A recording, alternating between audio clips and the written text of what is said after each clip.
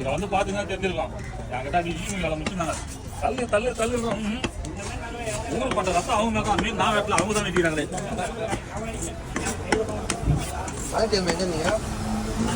என்னப்பா நம்ம மீன் ரெண்டு பேரும் இப்படி ஆள் கிடையாது. இப்படி 7 பேர் தான் நம்ம கடையில்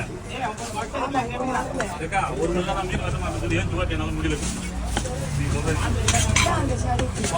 வா அது கிடையாது. அது நிறையா போனோம். நான் வீட்டு தலை வச்சு